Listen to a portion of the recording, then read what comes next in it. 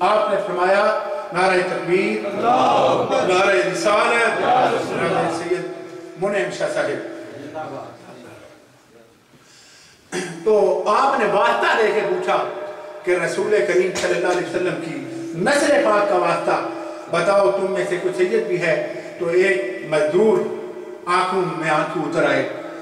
انہوں نے کہا میں سید ہوں, سرکار کی نسل پاک سے ہوں, لیکن مزدوری کرتا ہوں. اعلیٰ حضرت عظیم البرکت نے فرمایا کہ آپ کے خون کی خوشبو یہ بتا رہی تھی کہ میرے کریم آقا کے خون پاک کی خوشبو آ رہی ہے. اب اس پالکی پر احمد رضا نہیں, آپ سید ہیں, آپ اس پالکی میں بیٹھیں گے, احمد رضا اس پالکی کو کندھا دے کے وہاں تک لے جائے گا.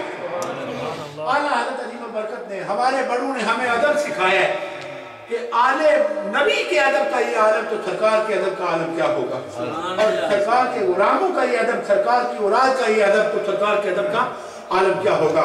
ہماری خود نصیبی اللہ کریم مشائخ اور علماء کی کہکشاں کو سدا آباد و شاد رکھے, سارے تشریف فرمائے. ہماری یہ مختصر محبت بھری تقریب سعید ہے, اللہ کریم سب کا آنا قبول فرمائے, سب کا حصہ قبول فرمائے. اور انشاءاللہ العزیز سنی سکالر بورڈ کا ایک خادم ہونے کی حیثیت سے چیئرمین صاحب بھی تشریف فرمائے. ان کے مشورے سے میں یہ اعلان کر رہا ہوں کہ انشاءاللہ العزیز آئندہ پورے اہتمام اور پوری شان و شوکت کے ساتھ انشاءاللہ ہر سال امام حسن مجتبیٰ کانفرنس منعقد ہوا کرے انشاءاللہ العزیز. کیونکہ یہ دوسرا جو ٹبر ہے وہ تو ہے ہی ویسے امام حسن پاک سے ناراض, شیعہ نعرے تھے ہے ہی ناراض آپ نال. انہوں نے پوچھو تو آنو کی تکلیف ہے, وہ آنے لے کہ حضرت امام حسن نے حضرت امیر معاویہ نے صلح کیوں کی تھی, کیوں کی تھی انہوں نے صلح.